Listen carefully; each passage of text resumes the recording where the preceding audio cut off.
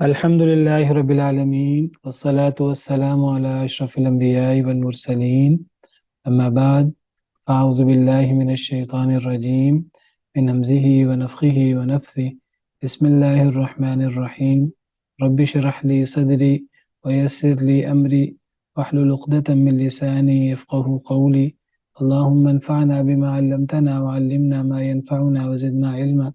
وبشر عبادي الذين يستمعون القول فيتبعون أحسنه. أولئك الذين هداهم الله وأولئك هم أولو الألباب. أعوذ بالله من الشيطان الرجيم. بسم الله الرحمن الرحيم. وأنزل الذين ظاهروهم من أهل الكتاب من صياصيهم فقذف في قلوبهم الرعب فریقا تقتلون وتأسرون فریقا. اور اتار دیا یعنی اللہ تعالیٰ نے الذین ظاہروہم ان لوگوں کو، ظاہروہم جنہوں نے ان کی مدد کی تھی، من اہل الکتاب اہل کتاب میں سے، من سیاسیہم ان کے قلوں سے، یعنی اہل کتاب میں سے جن لوگوں نے ان کی مدد کی تھی. کن کی مدد کی تھی؟ یعنی کفار کی. اہل کتاب میں سے، یہودیوں میں سے جن لوگوں نے کفار کی مدد کی تھی. کنہوں نے کفار کی مدد کی تھی؟ کن یہودیوں نے؟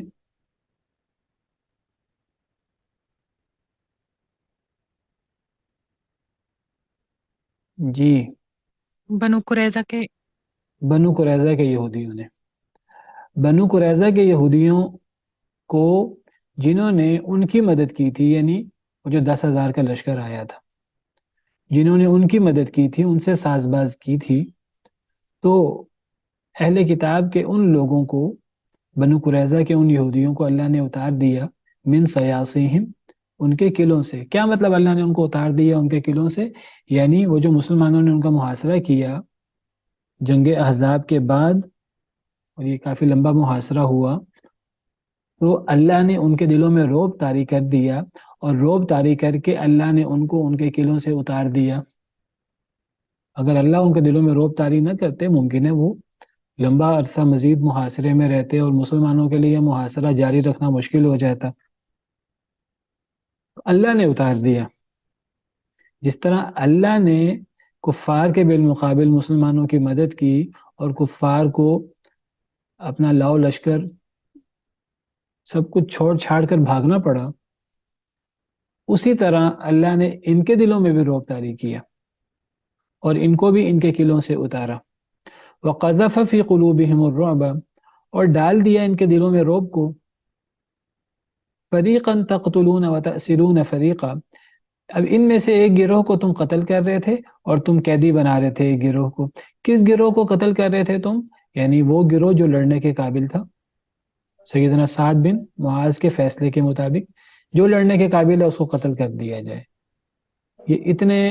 یہ لوگ بد عہد ہیں کہ جتنے یہودیوں کو جتنی مرتبہ موقع دیا گیا ہے، ڈھیل دی گئی ہے، انہوں نے اتنی مرتبہ بد عہدی کی ہے، اتنی مرتبہ مسلمانوں کو نقصان پہنچایا ہے، اور نبی کریم صلی اللہ علیہ وسلم کو شہید کرنے کی سازشیں کی، شہید کرنے کی پورا پلان بنایا، پوری کوشش کی.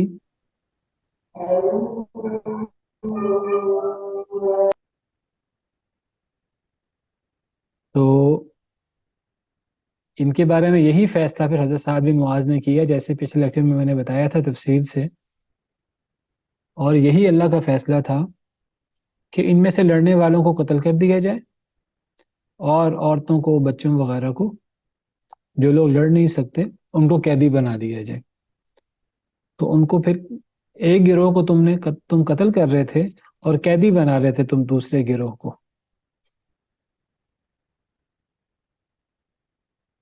کہا جاتا ہے، اللہ کو بہتر پتا ہے، 700 کے قریب یہودیوں کو قتل کیا گیا. وَأَوْرَثَكُمْ أَرْضَهُمْ وَدِيَارَهُمْ وَأَمْوَالَهُمْ وَأَرْضًا لَمْ تَطَئُوهَا اور اس نے وارث بنا دیا تمہیں ان کی زمینوں کا.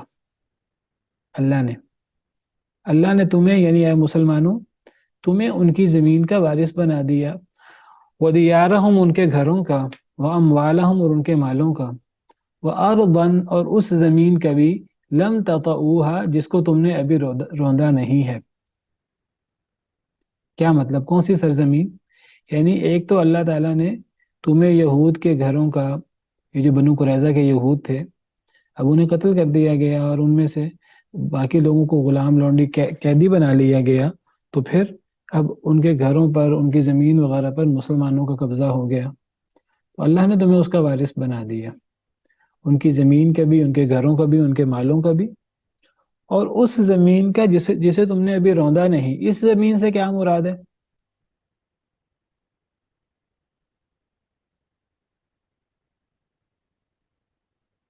اس زمین سے کیا مراد ہے؟ بعض مفسرین کہتے ہیں اس سے مراد خیبر کی زمین ہے، جو بعد میں پھر یہود کے ساتھ مزید جنگیں ہوئیں۔ اب یہاں تک تو، جنگ احزاب تک تو میری آواز آ رہی ہے آپ لوگوں کو؟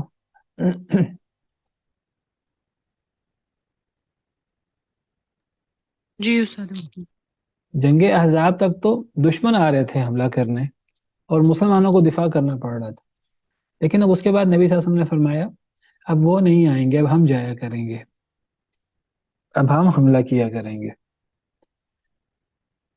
تو اب اللہ نے صرف بنو قریظہ کے یہود کی زمینوں کا، ان کے مالوں کا، ان کے گھروں کا وارث نہیں بنایا، اللہ نے اس زمین کا وارث بھی مسلمانوں کو بنایا جس کو ابھی تک مسلمانوں نے روندا نہیں تھا، جہاں ابھی تک مسلمان گئے نہیں تھے۔ کون سی زمین؟ خیبر کی زمین۔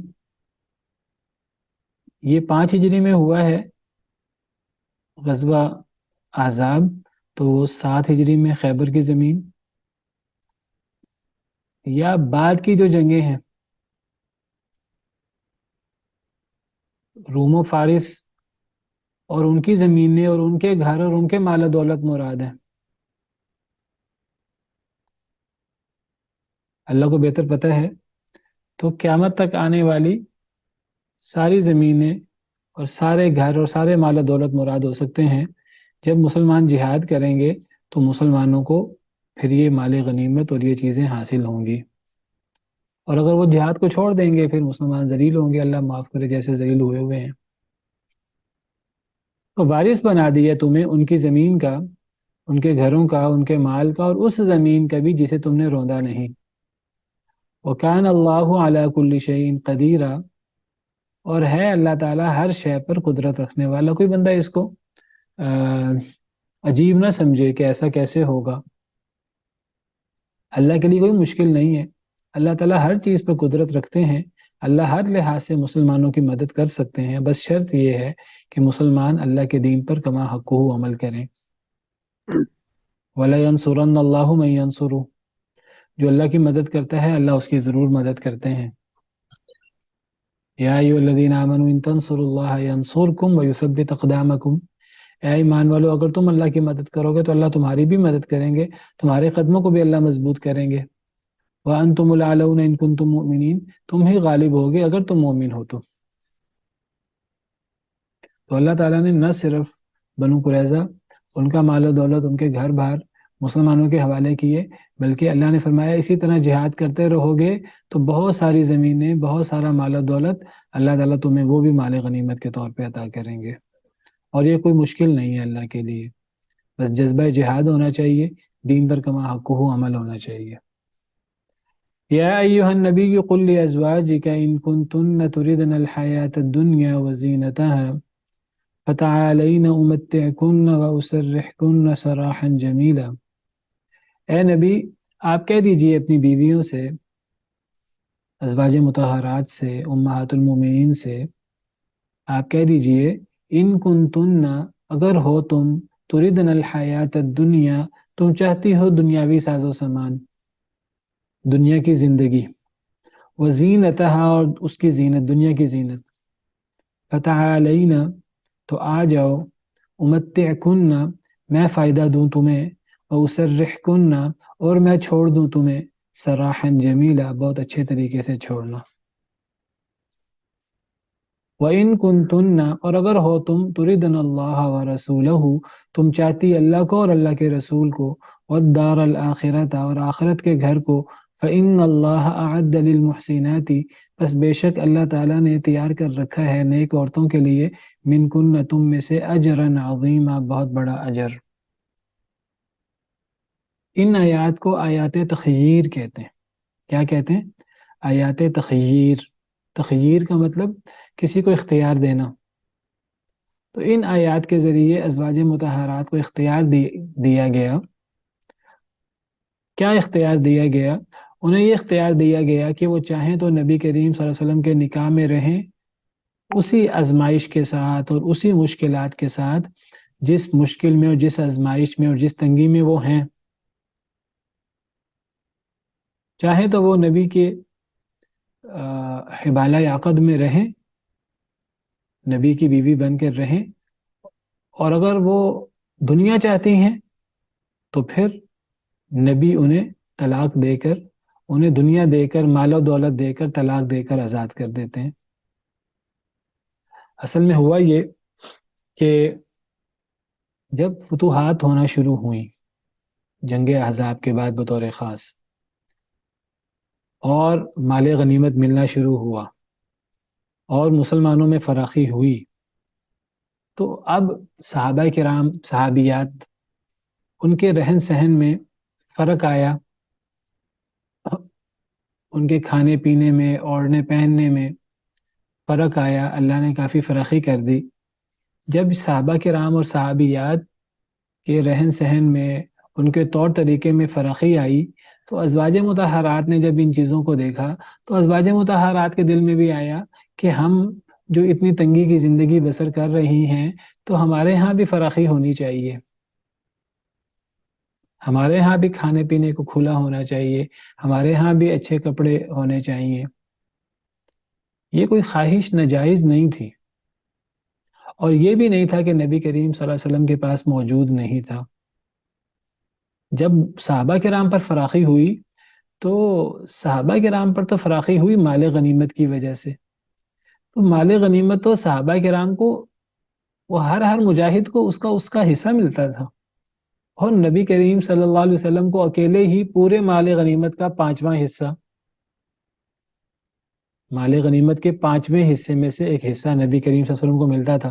اگر صحابہ کرام کو، وہ ایک ایک مجاہد کو اس کا اپنا اپنا حصہ مل رہا ہے، اور اس کے حصے سے صحابہ کرام کے رہن سہن میں فرق آ رہا ہے، تو نبی کریم صلی اللہ علیہ وسلم کو مال غنیمت کا کتنا بڑا حصہ ملتا ہوگا۔ اللہ تعالیٰ فرماتے ہیں سورہ انفال میں، وَاعْلَمُوا أَنَّمَا غَنِمْتُم مِّن شَيْءٍ فَأَنَّ لِلَّهِ خُمُسَهُ وَلِلرَّسُولِ، جان لو کہ تم جو بھی مال غنیمت حاصل کرو تو اس کا خمس حصہ تو اللہ کا، رسول کا، اور پھر اہل قرابت کا، اور یتیموں کا اور مسکینوں کا۔ تو 5واں حصہ مال غنیمت کا وہ اللہ نے خاص کر دیا الگ کر کے، اس کی، وہ ان کے لیے ہے۔ تو کیا خیال ہے اگر صحابہ کرام میں اتنی فراخی آ گئی ہر مجاہد کا ایک ایک حصے کے ساتھ، تو نبی کریم صلی اللہ علیہ وسلم، آپ کے لیے فراخی نہیں آئی؟ آپ کے لیے تو خمس میں سے ایک مخصوص حصہ تھا، تو آپ کے پاس تو بالاولیٰ فراخی آنی چاہیے تھی۔ لیکن نبی کریم صلی اللہ علیہ وسلم کو اللہ نے اختیار دیا تھا کہ اے رسول، اگر آپ چاہیں تو میں آپ کو بادشاہ نبی بنا دوں، عیش و عشرت والی آپ زندگی گزاریں دنیا کی، اور اگر آپ چاہیں تو آپ فقیر نبی رہیں۔ تو نبی کریم صلی اللہ علیہ وسلم نے فقیر نبی بننا پسند کیا۔ آپ نے مال و دولت، عیش و عشرت، آپ نے اس کو اختیار نہیں فرمایا۔ یہ نہیں تھا کہ آپ کے پاس تھا نہیں، ہاں، حالات تھے کہ آپ فراخی کر سکتے تھے، آپ دنیا کی نعمتیں استعمال کر سکتے تھے، آپ کو کافی زیادہ مال غنیمت میں حصہ ملتا تھا، لیکن آپ صدقہ کر دیتے تھے۔ نبی صلی اللہ علیہ وسلم نے فرمایا مجھے مال غنیمت کا حصہ ملتا ہے، وہ مال غنیمت بھی میں اپنی ضرورت کا لے کر باقی سارا تم پر ہی تو خرچ کر دیتا ہوں۔ تو وہ مال غنیمت کا ایک ایک حصہ لے کر صحابہ کرام تو ان کی زندگی میں فراخی آ گئی، تو نبی کریم صلی اللہ علیہ وسلم کے پاس تو بہت فراخی ہوگی، لیکن نبی کریم صلی اللہ علیہ وسلم نے اس فراخی کو اختیار نہیں فرمایا۔ آپ نے وہی جو اپنی پہلی زندگی تھی، آپ نے اس زندگی کو برقرار رکھا۔ سوال پیدا ہوتا ہے کہ آپ نے اس فراخی کو اختیار کیوں نہیں کیا؟ حالانکہ وہ حرام طریقے سے پیسہ نہیں آ رہا تھا، وہ جائز طریقے سے اللہ تعالیٰ نے آپ کو اجازت دی تھی، وہ اس کے مطابق مال غنیمت آپ کو مل رہا تھا، وہ آپ کا حق تھا۔ آپ نے پھر فراخی کو اختیار کیوں نہیں کیا؟ جی، اسی بات پر ازواج مطہرات نے ایکا کیا، انہوں نے اتفاق کیا کہ ہم نبی کریم صلی اللہ علیہ وسلم سے بات کریں کہ آپ گھر کا خرچہ کچھ بڑھا دیں، گھر میں کچھ فراخی ہو جائے، جس طرح دیگر صحابہ کرام کے ہاں فراخی ہوئی ہے۔ نبی صلی اللہ علیہ وسلم کے پاس تو بہت زیادہ فراخی ہونے کے امکانات تھے، لیکن نبی کریم صلی اللہ علیہ وسلم نے اس فراخی کو اختیار کیوں نہیں کی؟ جی، السلام علیکم ورحمۃ اللہ وعلیکم وبرکاتہ۔ السلام، وعلیکم السلام ورحمۃ اللہ وبرکاتہ۔ جی، کیونکہ نبی صلی اللہ علیہ وسلم کو پتا تھی کہ دنیا کا تھوڑا سا مال کے بدلے میں اگر وہ اس کو چھوڑ دیں گے یا اس کو خیرات کریں گے تو ہوں، اس کے بدلے میں آخرت کا زیادہ فائدہ ہے دنیا کے مقابلے میں۔ بالکل ٹھیک ہے۔ نبی صلی اللہ علیہ وسلم کو پتا تھا کہ آخرت میں فائدہ زیادہ ہے، لیکن اب ازواج مطہرات مطالبہ کر رہی ہیں اور ان کا مطالبہ شدت پکڑ رہا ہے، اور اتنا شدت پکڑا اس مطالبے نے کہ نبی کریم صلی اللہ علیہ وسلم پریشان ہو گئے۔ ازواج مطہرات نے آپس میں ایکا کر لیا، انہوں نے اتفاق کر لیا، انہوں نے کہا ہم سب مل کر نبی کریم صلی اللہ علیہ وسلم سے مطالبہ کرتی ہیں۔ اب آپ جہاں بھی جاتے، جس گھر میں بھی، وہاں سے یہی مطالبہ ملتا، تو نبی کریم صلی اللہ علیہ وسلم پریشان ہو گئے، اور یہ ناجائز بھی نہیں تھا۔ اگر آپ تھوڑی سی فراخی لے لیتے، آپ کو تو مال غنیمت میں بہت بڑا حصہ ملتا تھا، تو آپ اگر تھوڑی سی فراخی گھر میں کر لیتے، آپ نے کیوں نہیں فراخی اختیار کی؟ میرا سوال یہ ہے۔ آپ نے اس کا جواب دیا آپ صدقہ کر لیتے تھے تو آخرت میں محفوظ ہو جاتا تھا، ٹھیک ہے، لیکن تھوڑی سی فراخی آپ کر لیتے، باقی آپ سارا صدقہ کر دیتے۔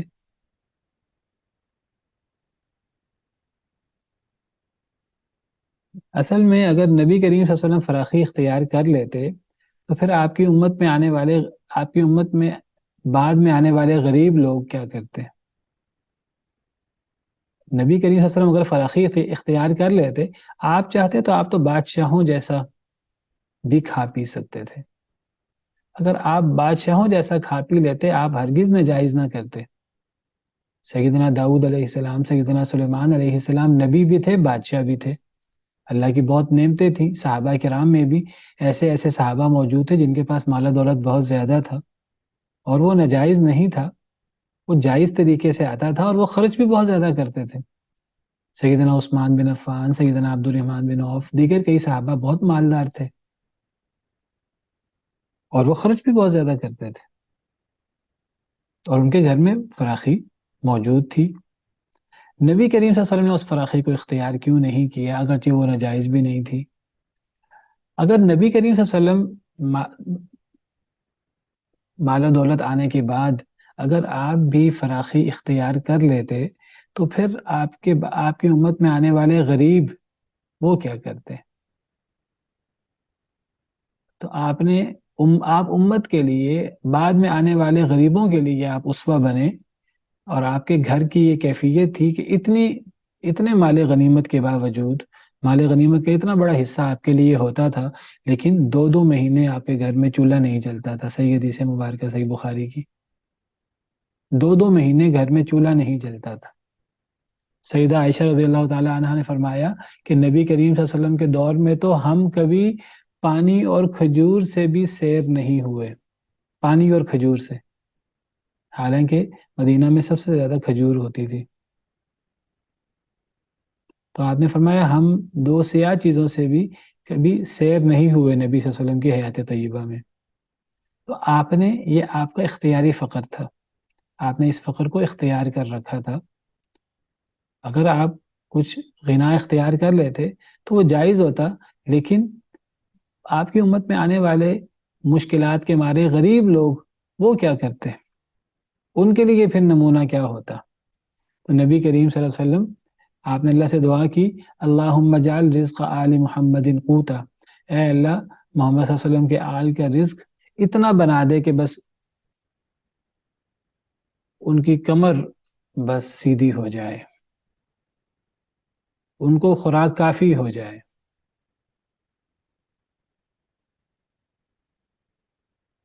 تو نبی صلی اللہ علیہ وسلم نے اس فراخی کو اختیار نہیں کیا۔ جب ازواج مطہرات نے یہ دیکھا، اب ازواج مطہرات چاہتی تھی تھوڑی سی فراخی ہو جائے، تو سب نے ایکا کر لیا۔ جب سب نے ایکا کر لیا تو نبی کریم صلی اللہ علیہ وسلم سے جب انہوں نے اکٹھے ہو کر بات کی تو نبی صلی اللہ علیہ وسلم کے لیے مشکل ہوئی۔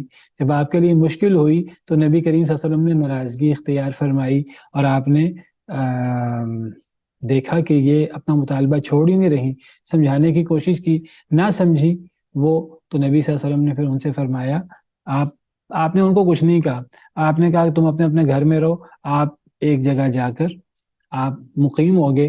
آپ نے فرمایا میں اب تمہارے گھر نہیں آؤں گا، آپ نے فرمایا میں کسی اپنی بیوی کے گھر نہیں جاؤں گا۔ گویا کہ نبی کریم صلی اللہ علیہ وسلم نے کس بات پر عمل کیا؟ قرآن کے اس حکم پر کہ اگر تمہیں تمہاری بیویوں کی طرف سے کوئی مخالفت، کوئی اس قسم کی چیز کا سامنا کرنا پڑے، فَعِظُوهُنَّ وَاهْجُرُوهُنَّ فِي الْمَضَاجِعِ، پھر ان کو نصیحت کرو، اور اگر نصیحت سے بات نہ بنے تو پھر ان کو خواب گاہوں میں چھوڑ دو۔ تو نبی صلی اللہ علیہ وسلم نے انہیں خواب گاہوں میں چھوڑ دیا۔ اب نبی کریم صلی اللہ علیہ وسلم ان کے پاس نہیں جاتے تھے۔ پہلے تو آپ نے باری مقرر کر رکھی تھی نا، ایک رات اس بیوی کے پاس، ایک رات اس بیوی کے پاس، ایک رات اس بیوی کے پاس، لیکن اب نبی صلی اللہ علیہ وسلم ناراضگی میں آپ نے قسم کھا لی کہ میں ان کے گھروں میں نہیں جاؤں گا۔ تو آپ ایک جگہ پر آپ ایک کمرے میں آپ آپ نے اپنے آپ کو محصور کر لیے۔ صحابہ کرام نے سمجھا کہ نبی صلی اللہ علیہ وسلم نے سب کو طلاق دے دی ہے۔ صحابہ کرام کو یہ ڈر پیدا ہوا، یہ مغالطہ پیدا ہوا۔ صحابہ کرام نے اس کی تحقیق کی تو نبی صلی اللہ علیہ وسلم نے فرمایا نہیں، میں نے طلاق نہیں دی، لیکن آپ نے کچھ دیر کے لیے علیحدگی اختیار فرمائی، جس کو ایلا کہتے ہیں۔ اس کا اصطلاح میں کیا نام ہے؟ ایلا۔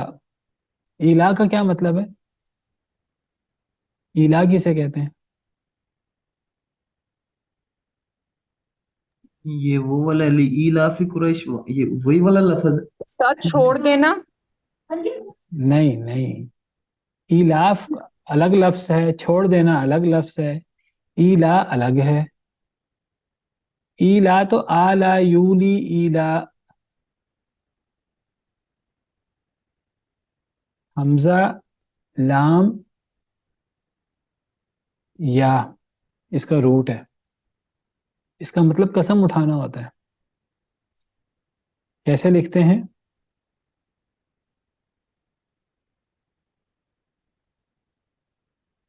اصل لفظ کیا ہے؟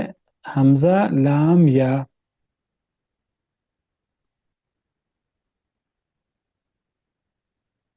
یہ کیا مطلب ہے حمزہ لام اور یا کا؟ قسم اٹھانا۔ اس سے باب افعال بنائیں تو کیا بنے گا؟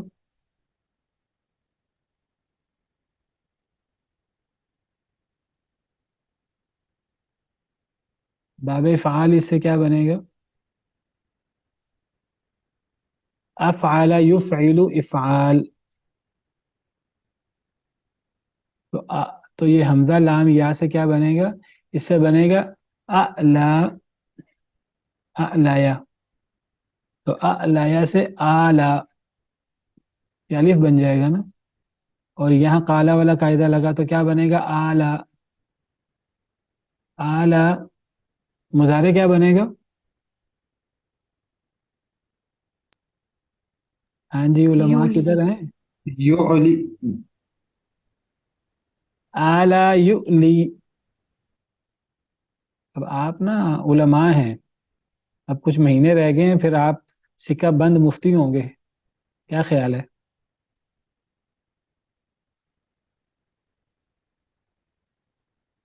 آلہ نہیں یؤلی، نہیں استاد مطلب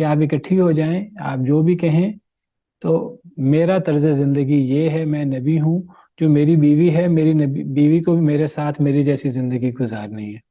اگر معاشرے میں صحابہ کرام میں فراخی آ گئی ہے تو ٹھیک ہے، اجازت ہے، صحابہ کرام فراخی حاصل کر سکتے ہیں۔ میں محمد صلی اللہ علیہ وسلم اپنے لیے، اپنے گھر کے لیے، میں اس طرح کی فراخی نہیں چاہتا۔ آپ نے وہ فراخی اختیار نہیں کی، اور اب بیویوں نے جب اکٹھ کیا تو آپ بیویوں سے ناراض ہو گئے، سب سے ناراض ہو کر آپ الگ ہو گئے 1 مہینے کے لیے، اور 1 مہینے کے بعد جب آپ گئے تو آپ نے یہ آیات آپ پر نازل ہوئی، آپ نے یہ آیات حضرت عائشہ کو پڑھ کر سنائی، اور آپ نے فرمایا اے عائشہ، مجھ پر کچھ آیتیں نازل ہوئی ہیں، تم نے مجھے فوری جواب نہیں دینا، پہلے اپنے ماں باپ سے مشورہ کر لینا۔ نبی صلی اللہ علیہ وسلم کو پتا تھا کہ ماں باپ تجربہ کار ہیں، سیدنا ابوبکر، ام رومان رضی اللہ عنہم وارضاہم اجمعین، وہ سمجھائیں گے بیٹی کو۔ اگر بیٹی چھوٹی عمر کی ہیں، اگر ان کوئی جذباتی ہوں گی، اگر ان کے اندر یہ ہوگا کہ جی نہیں فراخی چاہیے مجھے ابھی بھی، تو وہ، کیونکہ اس میں یہ تھا کہ اگر نبی کے ساتھ رہنا ہے تو پھر اسی حالت میں رہنا ہوگا، فراخی نہیں ہوگی، اور اگر فراخی چاہیے تو میں تمہیں کچھ مال و دولت دے دیتا ہوں، اور تمہیں مال و دولت دے کے فارغ کر دیتا ہوں۔ ان آیات کریمہ میں یہ فرمایا گیا ہے۔ تو نبی کریم صلی اللہ علیہ وسلم نے ایلا کیا اپنے ازواج مطہرات سے، اور پھر آپ پر یہ آیات نازل ہوئی تو آپ نے ان کو یہ آیات سنائی، اور آپ نے ان سے کہا کہ آپ نے ان سے کہا یہ جو ان آیات میں ہے کہ اے نبی اپنی بیویوں سے کہہ دیں ان کنتن تردن الحیات الدنیا وزینتها، اگر تم دنیا کی دنیا کی زندگی اور دنیا کی زینت چاہتی ہو، اگر تم مال و دولت میں فراخی چاہتی ہو، فتعالینا، تو آ جاؤ۔ فتعالینا یہ کون سا صیغہ ہے، کون سا فعل ہے، کون سا صیغہ ہے؟ جمع جمع مونس حاضر ہے، جمع مؤنث حاضر، فعل مضارع، فعل امر، تعالی، تعالیا، تعالو، اور تعالینا، تعالی آ جا، تعالو تم سب آ جاؤ، تعالینا تم سب عورتیں آ جاؤ، فعل امر ہے، باب تفاعل ہے، تعالی یا تعالی، سمجھ آ گئی؟ جی استاد۔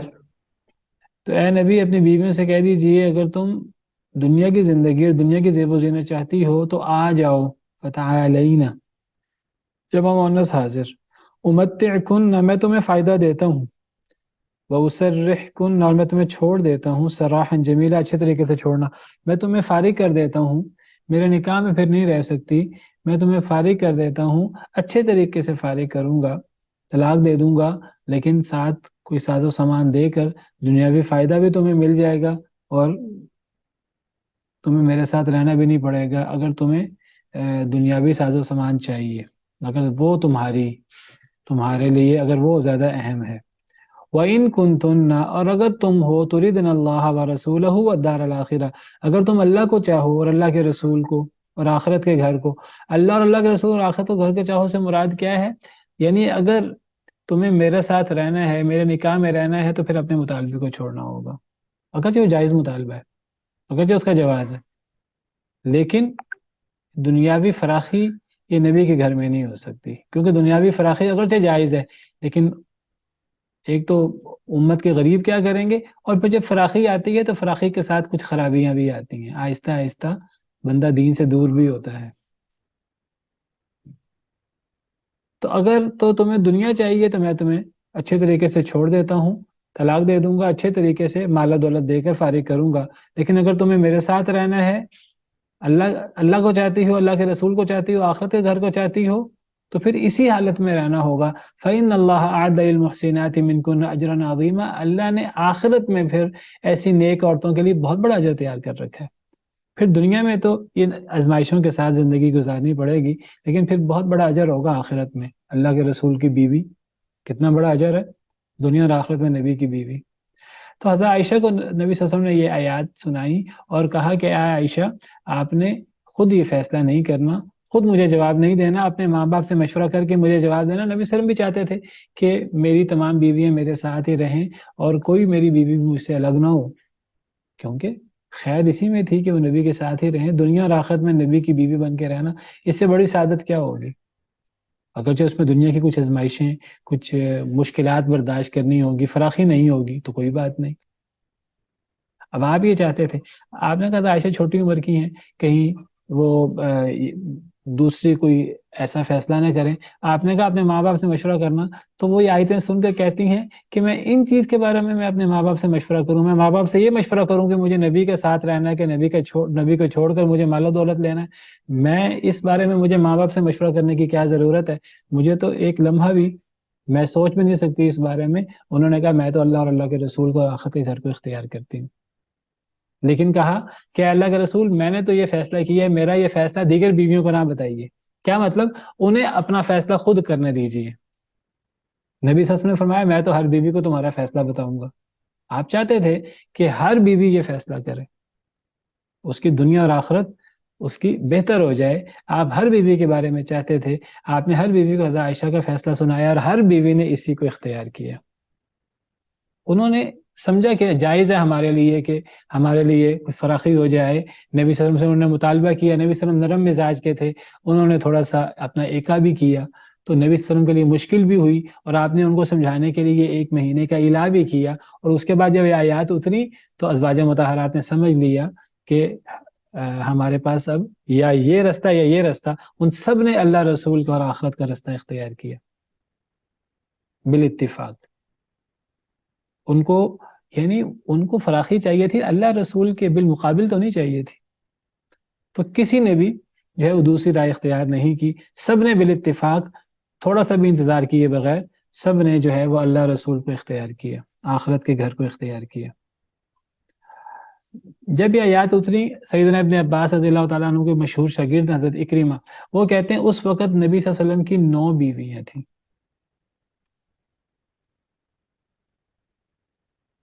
اس وقت نبی صلی اللہ علیہ وسلم کی 9 بیویاں تھیں۔ حضرت اکرمہ فرماتے ہیں، وہ کہتے ہیں اس وقت نبی صلی اللہ علیہ وسلم کے تحت 9 بیویاں تھیں جب یہ تخییر والا واقعہ ہوا ہے اور جب یہ آیات نازل ہوئی ہیں، اور فرماتے ہیں کہ ان 9 میں سے 5 قریش میں سے تھیں۔ حضرت اکرمہ کہتے ہیں وَكَانَتْ تَحْتَهُ يَوْمَئِذٍ 9 نسوة، اس وقت نبی صلی اللہ علیہ وسلم کے تحت 9 بیویاں تھیں، ان میں سے 5 قریشی تھیں، ایک حضرت عائشہ، ایک حضرت حفصہ، ایک ام حبیبہ، ایک حضرت سودا، ایک حضرت ام سلمہ۔ یہ سب قریشی تھیں۔ حضرت عائشہ حضرت ابوبکر صدیق کی بیٹی ہیں، حضرت ابوبکر صدیق قریشی ہیں۔ حضرت حفصہ حضرت عمر کی بیٹی ہیں، حضرت عمر بھی قریشی ہیں۔ حضرت ام حبیبہ ابو سفیان کی بیٹی ہیں، ابو سفیان بن حرب رضی اللہ عنہ کی، اور وہ تو نبی صلی اللہ علیہ وسلم کے بہت قریبی رشتہ دار ہیں۔ تیسرے جد میں نبی صلی اللہ علیہ وسلم سے مل جاتے ہیں، عبد شمس اور نبی صلی اللہ علیہ وسلم کے پردادا ہاشم بھائی ہیں، اور یہ عبد مناف میں اکٹھے ہو جاتے ہیں چوتھے جد میں۔ ام حبیبہ بھی قریشی ہیں، حضرت سودا بھی قریشی ہیں، اور حضرت ام سلمہ یہ بھی قریشی ہیں۔ 5 قریشی ہیں، اور 4 مزید بیویاں تھیں جو قریشی نہیں تھیں۔ ایک تو صفیہ بنت حیی بنی نذیر میں سے۔ بنو نذیر کے یہودیوں کو جب نبی صلی اللہ علیہ وسلم نے جلا وطن کیا تھا تو بنی نذیر کے جو سردار تھا حیی بن اخطب، تو اس کی بیٹی حضرت صفیہ، یہ نبی صلی اللہ علیہ وسلم نے ان کو آزاد کر کے ان سے نکاح کر لیا تھا۔ حضرت صفیہ بنت حیی، تو یہ قریش میں سے نہیں تھی۔ میمونہ بنت حارث الہلالیہ، یہ بھی قریش میں سے نہیں تھی۔ اور زینب بنت جہش الاسدیہ، حضرت زینب نبی صلی اللہ علیہ وسلم کی پھوپھی کی بیٹی، یہ بھی قریشی نہیں تھی۔ ان کے والد نبی صلی اللہ علیہ وسلم کے پھوپھا وہ قریش میں سے نہیں ہیں۔ نبی صلی اللہ علیہ وسلم کی پھوپھی حضرت صفیہ وہ تو قریشی ہیں، عبد المطلب کی بیٹی ہیں، صفیہ بنت عبد المطلب، وہ قریشی ہیں، لیکن یہ ماں سے حضرت زینب قریشی ہیں لیکن باپ سے یہ قریشی نہیں ہے، حضرت زینب بنت جہش اور حضرت جویریہ بنت حارث المستلقیہ. تو یہ 4 جو ہیں یہ غیر قریشی تھی اور 5 قریشی تھی. تو یہ 9 بیویاں اس وقت نبی صلی اللہ علیہ وسلم کے نکاح میں تھیں. تو نبی صلی اللہ علیہ وسلم نے ان سے الہ کیا تھا اور ان کے سامنے نبی صلی اللہ علیہ وسلم اور اللہ تعالیٰ نبی صلی اللہ علیہ وسلم اور دنیا کو رکھا گیا. تو ان سب نے اللہ رسول کو اور آخرت کو اختیار کیا.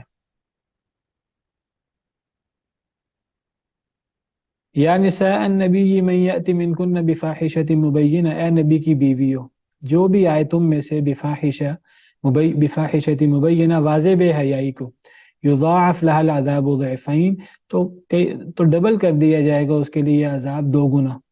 وکان ذلک علی اللہ یسیرا، اور ہے یہ چیز اللہ پر بہت آسان. چلیں ہماری نماز کا وقت ہو گیا ہے، اسی پر بس کرتے ہیں. اسی آیت کریمہ سے کل دوبارہ شروع کریں گے انشاءاللہ. سبحان ربک رب العزت عما یصفون وسلام علی المرسلین والحمد للہ رب العالمین.